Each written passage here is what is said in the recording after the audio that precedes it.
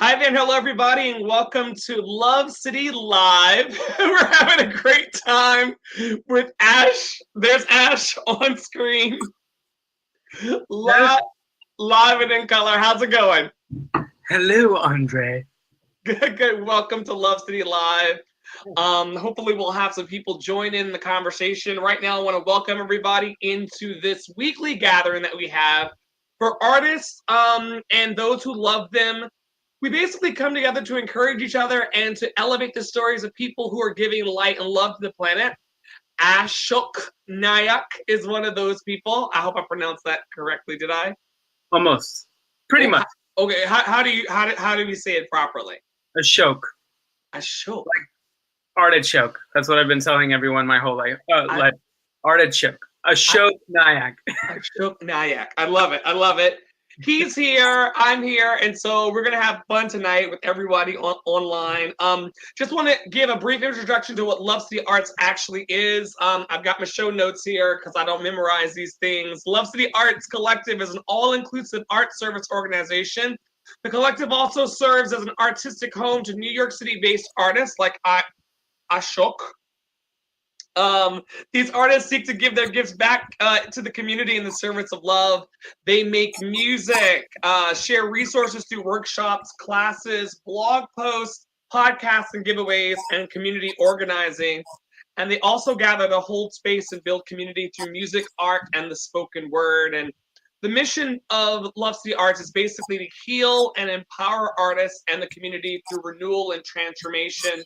Hopefully something that you hear today from Ash and from the fellow viewers will strike a chord within you and help you make it through the weeks and days and years to come. I started Love City Arts about 2 years ago to create spaces for creatives and non-creatives. Although I believe that everyone is a creative, we can circle up here and find love, support, and camaraderie. It's something that was very elusive to me. I think I moved here like 7 years ago or so, and I would often sit at home on a Wednesday night like this and wonder where my people were and who was actually speaking my language. And so I created this space, and so I'm glad that all of you are here, and I'm glad that you're here, Ash. What's the word, Ash? What's been going on new with you? Oh man, I am just living in New York on the grind. Just like trying to make that rent. Yes. Very, very busy West Village restaurant called Via Carota that just won the James Beard, and Just won a who? that just won the James Beard. The chefs that I work for, they just won the James Beard for the best chefs in New York. So really, really big honor, and I've been with them for a long time, and I love what I do with them. I'm just serving with them and bringing beautiful Italian food. What's going on? I have a little interruption here. It's fine. I gotta stop by sometime and check out the Italian food. Like, what's the claim to fame as far as food goes? It's really simple. It's like seasonal vegetable plates, like lots of beautiful like fresh vegetable dishes that are done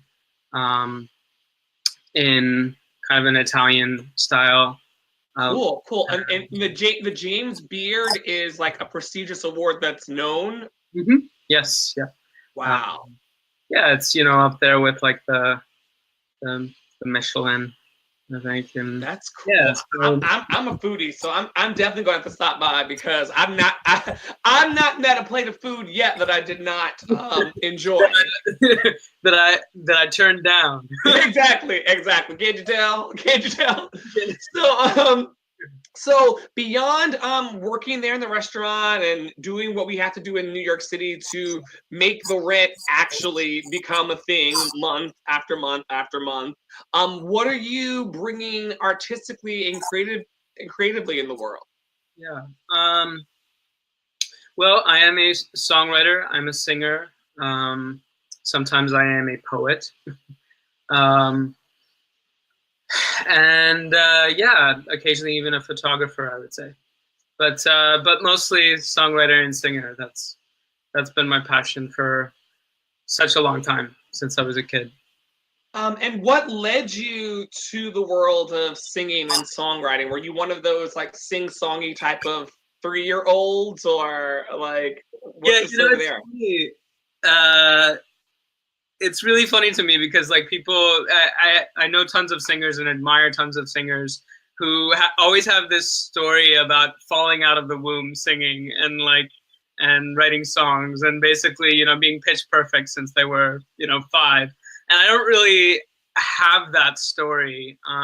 Music was part of my life like very early, but I think it was something that I had to try at for a little while. Certainly with singing. I remember, I think I was 12 or 13 when I really started consciously spending a lot of time singing. My mom got me into a choir in junior high, and that was about the same time that that I know like Sister Act 2 came out as well, which was yes, joyful. I don't know a single singer that wasn't like influenced by that movie. Yeah. And then, but in choir, I just remember there was this kid. I'll never forget his name, Rabbi Osenga, and he could sing like no one else I'd ever heard, and I just thought it was magical. Like, and it's funny because I used to get picked on already, like in choir. That year, people used to say, "Hey, nasal voice, nasal voice." They were they talking about that kid, or were they talking about you? They were talking about me. Oh wow! And but I was undeterred. I just thought everything I had witnessed thus far in music was like, I just thought this was the most magical thing that you could know how to do. And so I spent hours. I mean, just hours in my room, imitating singers that I loved, music that I wanted to sing. Like who? At the time, it was like, oh gosh, there was a lot of Christian gospel. You'll recognize some of these, like Michael W. Smith, actually, and like then there was like Babyface as well. There was a group, Anointed, a Christian gospel group. Yes, For the Sake of the Call. That I just adored. Yes. Take 6 and gosh, so many, and I just like hours, and I was just like listening and trying to sound like these people. So I guess I grew from there. DC Talk too. Oh, I have to say DC Talk. I don't know anything by DC Talk. Like, what is their like flagship song? Oh man, they had a few, but they had this song, In the Light. I wanna be in the light as you are in the light. I wanna shine like the stars in the heavens. Okay. Oh Lord, be my light and be my salvation, 'cause all I want is to be in the light. I love that song. I remember. Okay, I didn't know, nor have I heard a DC Talk song until right now. I'll have to add that to my Spotify. So when would you say the music grabbed hold of you and just would not let go? Was it around that time? Yeah.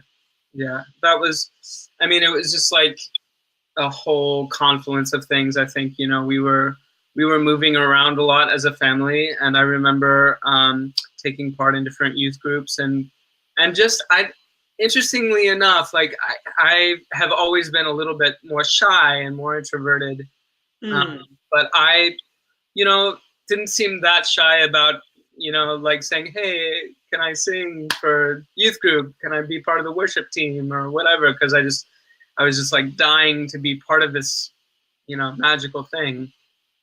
And so yeah, it was irresistible.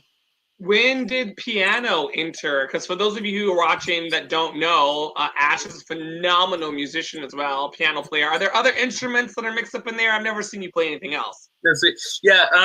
So piano came into play let's see, that came in earlier. I was like 8 or 9. We had just moved back from France. Actually, we were living in France for a long time, for 4 years, and then we moved back to the U.S. And my mom at that time forced me to take piano lessons, and I was like right away, like I had aptitude already. I was thrust into Bach and Beethoven, and I was like playing for Elisa, for talent shows in like 2nd or 3rd grade. But what I did not have an aptitude for was practicing. So okay. And I got bored super quick. But I had a really great ear.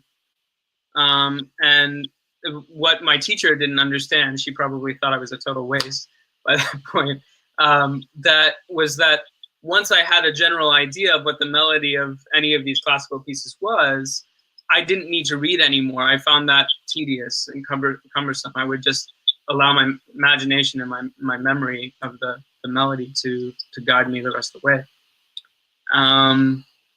So it like became clear to me that I just started playing around with melodies and with chords very early. And I remember one of the first songs that I ever wrote is like in 9th grade. And it was so simple. It was just like, you're gonna laugh. It was like, why do the birds fly like the wind? Why does the ocean come to the shore? Why does the sun give off so much light? Why is the rain so cold? That's your first song? That was like one of my first songs ever. And, I played it on the piano and sang it in school. So, yeah. I mean, like, how old were you when this was on? Yeah, like 9, 10. Wow. Yeah. Wow. That's really cool. So. And then, so let's back up a little bit. You said you were in France for 4 years? Yes. Yeah. So my dad was an engineer, and a very good one, very smart one. And he got transferred around everywhere. He got transferred in his job to France when I was 6 or 7. And do you have happy memories of being in France as a kid? Like, yeah. At first it was really hard. Like I remember my teacher there, like kindergarten teacher, was really strict, and she like hated me. And just the culture there, like I think it's so different when you're young. I don't think they coddle kids or anything. So right. She was really hard on me about a lot. I think also I was undisciplined as a kid because I didn't finish my homework. Wild Child Ash. Yeah, Wild Child Ash, just partying all day. So yeah, I have memories of like, there was a chateau in the city that I lived in, pretty famous one, and just gorgeous gardens. And the thing to do there is, I guess, it's like a park there. You can just run around with your kids in the gardens, and really there was like a maze in that. I just want to like I'm having fun with this episode, but I just kind of want to like walk off set like right now, like go to the chateau. You should go to the chateau. Live that fairy tale. Oh my goodness. Why do you sing, Ash? Like what does it do for you that is different than any of your other life activities? That is such a good question. I almost don't ask myself, I know I'm being a little mutinous here, but I almost don't ask myself why anymore. I think if I were to try and psychoanalyze it, I would say it offers me a way of expressing feelings in a far more real way than I feel able to in conversation. But I think singing and songwriting are, they're, I guess you stop asking yourself why as a creative. You start to see it as just because. You give yourself permission because it's who you are. You do it just because it's who you are. It's like I'm no less an artist when I'm a failure at being an artist. I'm no less an artist when I'm in love, when I'm in lust, when I'm in you know. Am I making any sense? I don't know. Absolutely, yes. I mean, I know, like the feeling of joy that I've had, you know, from doing it and from writing a song is greater than any joy that I've ever had. And it's the feeling that it's not entirely you, that you've stumbled on something. Yeah, tell us about your creative process. Like, how are you stumbling? Yeah, it's play. I feel like it's children at play always. It's for me usually just sitting at the piano and playing, you know, several chords,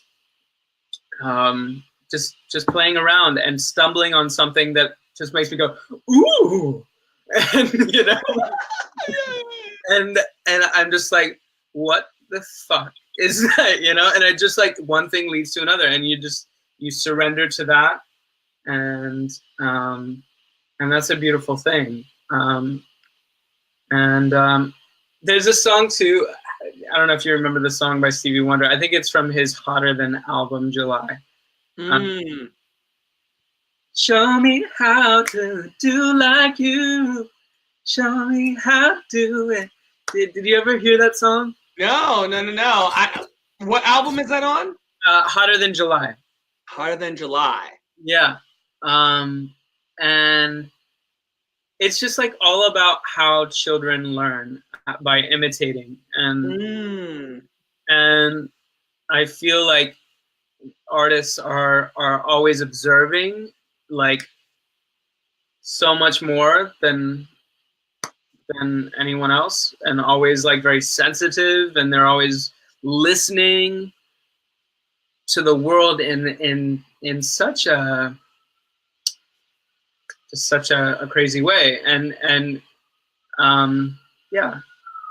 Who are you imitating these days? Who am I imitating? Like, who are your trailblazers that you're looking up to in the world of art? Oh my, I have some. I feel like it's everyone. I mean, like, I have amazing friends. Obviously, you and like Rasul Asalam. He's doing amazing. Yeah, shout out to Rasul, man. I have to give a shout out to him. He's one of my favorite singers, you know, and you know, Cassandra Cullum. I think, you know, people who are maybe, you know, about to break out and be amazing, and maybe aren't, you know, like, not break out and be amazing, break out and be successful. Well, like in mainstream success. Yeah, like, and bigger. Yeah, I sort of admire that stage a lot, you know. So yeah. So cool. What songs are coming up for you these days? Oh, what was I on? I was just the other day.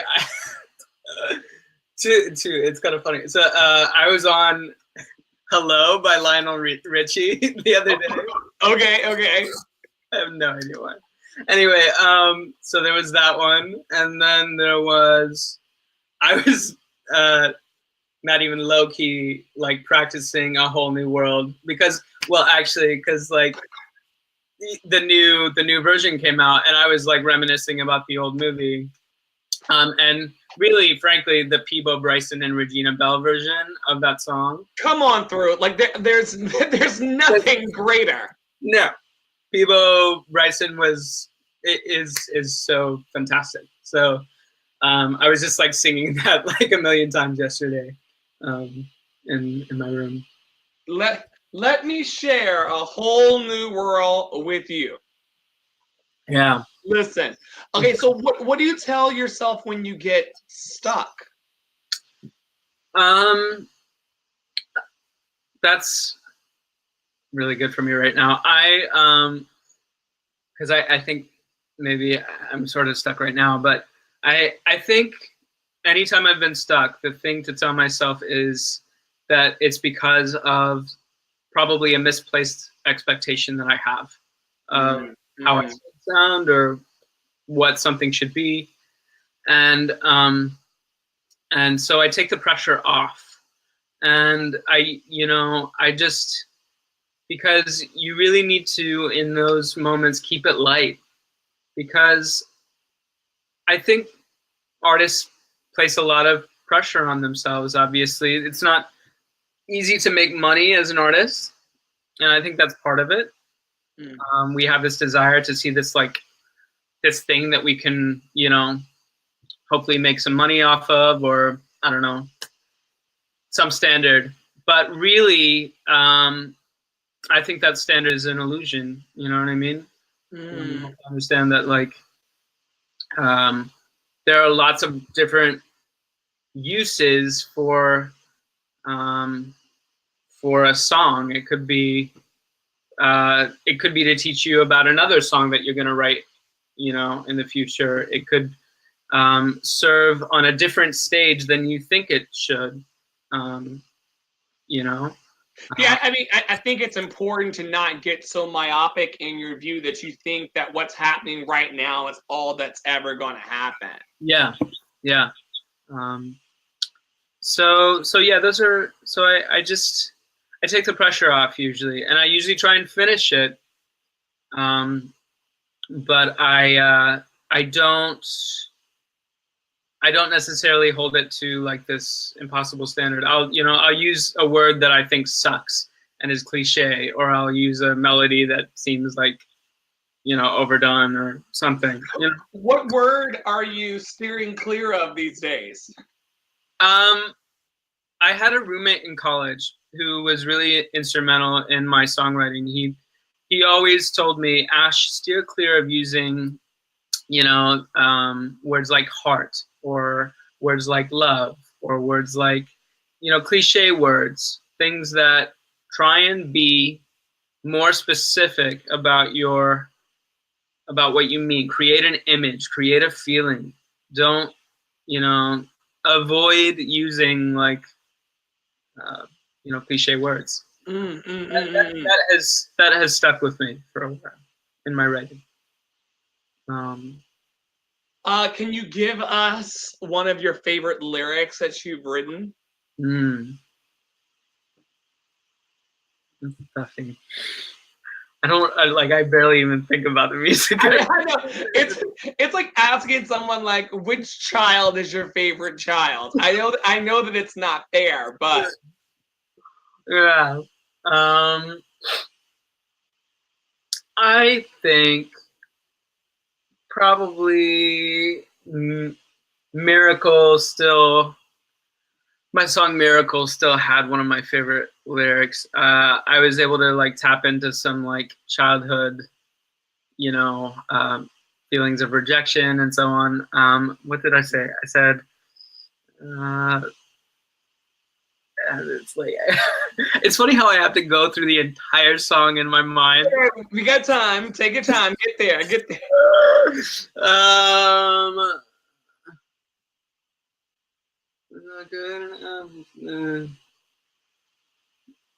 Maybe I should post it later or something. I'm sorry. It's cool. Yeah. I love that song. I know that song well, and I love that it represents the fact that that you're not a mistake. Like, a lot of people are walking around in life feeling like they're a mistake, or that they aren't meant to be where they are, or that life is happening against them and not for them. And that song reminds them that they are a miracle purely because they exist.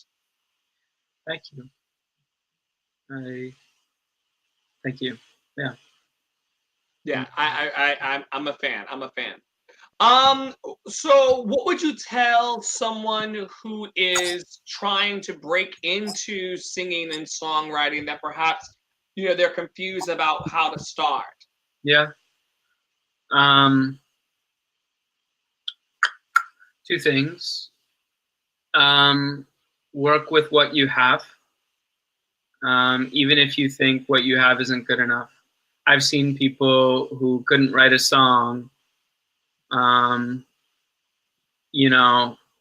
do something with the fact that they were like, a really, really good singer, and they were good at connecting with people. And then slowly but surely they began to write like songs, like me. I don't know. I'm not the best at like connecting with people, but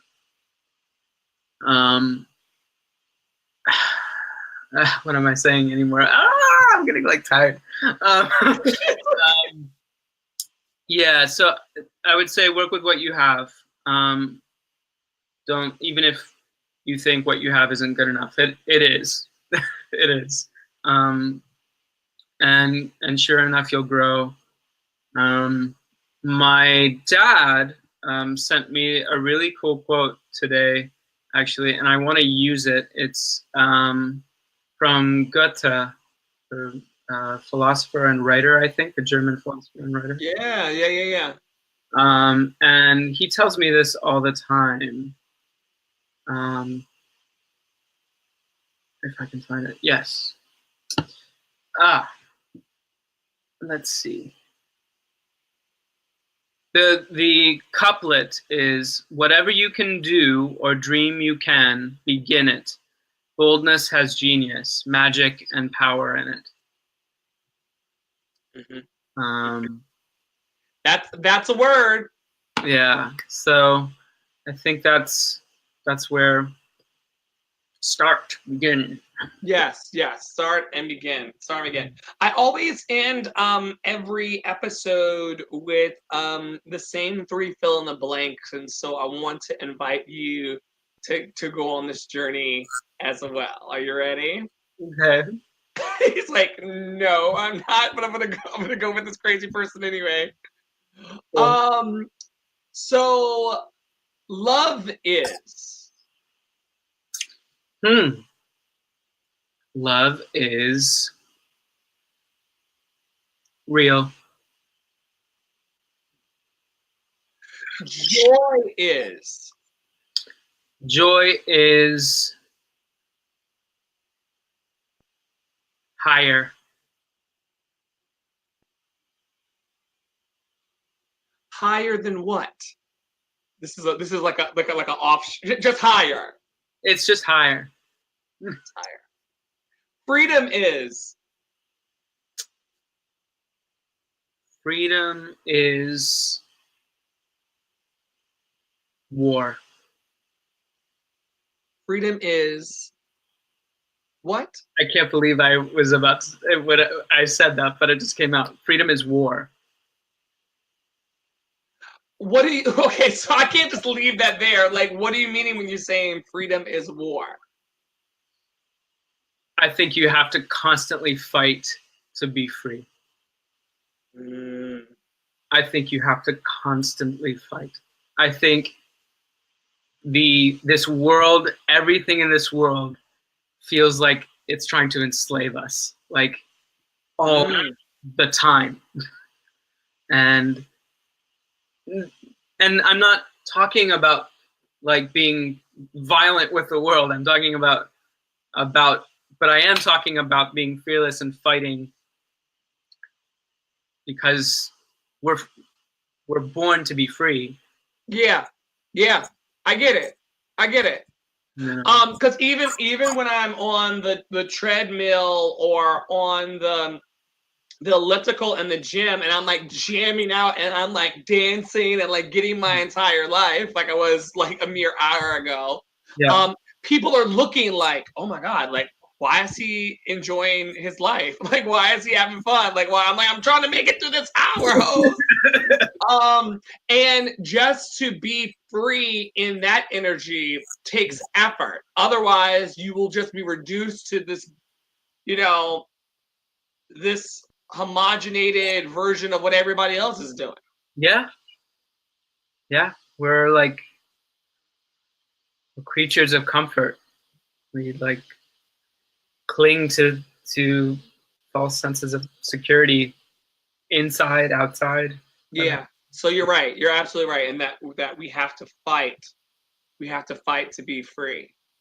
Yeah. And we're worth it. Yeah. And we're worth it. Well, thank you for coming on and sharing a little bit of your time and energy and space with all of us. No, it's my pleasure. I hope that you had fun. I always end with a few announcements, and I just want to let people know that, if you want to find out more about the work that Ash is doing and the work that Love City is doing, please feel free. Ash is on our artist directory that's on lovecityarts.org. And so if you want to find out more about him and how to contact him and work with him and collaborate with him, that's there. Also sign up for our digital mailing list. I only send out blasts maybe once or twice a week to let you know about what's going on with shows like this, and also the programming that's coming up in New York City. I want to say a big thank you, as I do every week, to our donors for their financial support, and also our board of directors and our advisory board, who keeps this train moving in an upward direction, even on the days where I'm like, I think I can. They are the ones in my pocket and in my corner saying, I know that you can. So I want to thank them for making this organization the best that it can be. And lastly, if you like the work of Love City Arts, please spread the word. We rely on you to get the word out about what we're doing. We're not peddling anything other than love and encouragement. So please let your friends, family, and fellow artists know about our work. And thanks again, everyone, for tuning in this week. And we can't wait to see you again at an in-person event or on next week's live. Ash, what do you want to leave the people with? What's the good word? I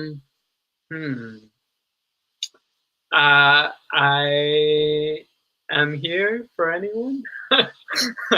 All right. They will find you. Don't say you're here. I'm always here for a good talk, good real people. I'm around. Cool. Yeah. Thank you so much. Thank you. All right.